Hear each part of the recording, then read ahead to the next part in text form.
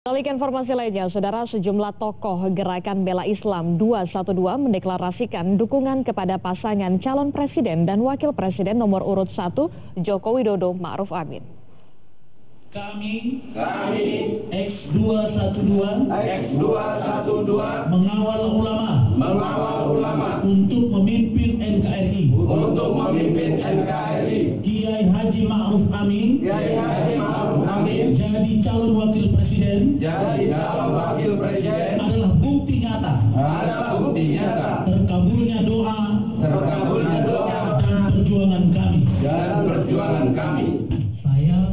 Sejumlah tokoh Gerakan Bela Islam 212 secara resmi mendeklarasikan dukungannya untuk pasangan Joko Widodo Ma'ruf Amin di Pilpres 2019. Mereka bergabung dalam gerakan X212 Kawal Ma'ruf Amin. Deklarasi dukungan pun dilakukan di rumah pemenangan Jokowi Ma'ruf di Jalan Cemara, Menteng, Jakarta Pusat pada Kamis siang.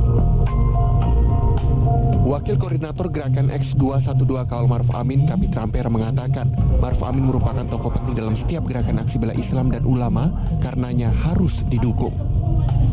Yang pantas untuk dipilih oleh semua peserta aksi bela Islam, apakah aksi bela Islam 1410 atau 411 atau 212 dan sebagainya, adalah Kiai Ma'ruf Amin.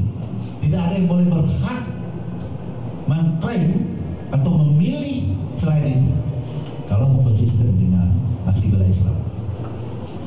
Karena maaf, Prabowo dan Sandi bukanlah ulama. Sementara itu di Yogyakarta, sejumlah kader Partai Persatuan Pembangunan atau P3 yang bergabung dalam P3 Hita menyatakan dukungannya kepada pasangan Prabowo Sandiaga Uno. Dukungan ini jelas berbeda dengan keputusan P3 untuk mendukung pasangan Jokowi Ma'ruf bersama 8 partai lainnya pada Pilpres tahun depan. Tim Liputan, Kompas TV.